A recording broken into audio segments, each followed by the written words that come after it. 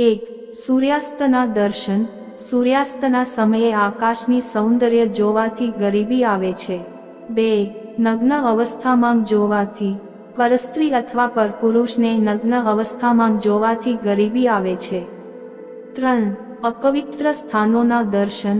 અપવિત્ર સ્થાનોના દર્શન કરવાથી ગરીબી આવે છે, જેમ કે સૂર્ય, ચંદ્ર અને તારો.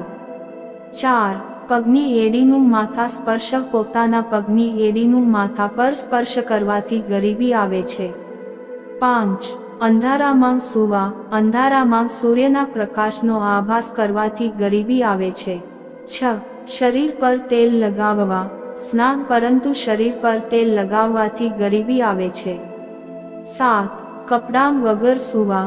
કપડાં વગર સૂર્યના પ્રકાશનો આભાસ કરવાથી ગરીબી આવે છે. 8, શારીરિક સંબંધ બનાવવા.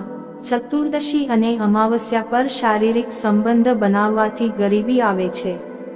9, જળને સ્પર્શ કરવાથી. જે પાણીમાં નખ અથવા બાલ હોય તેવા જળને સ્પર્શ કરવાથી ગરીબી આવે છે.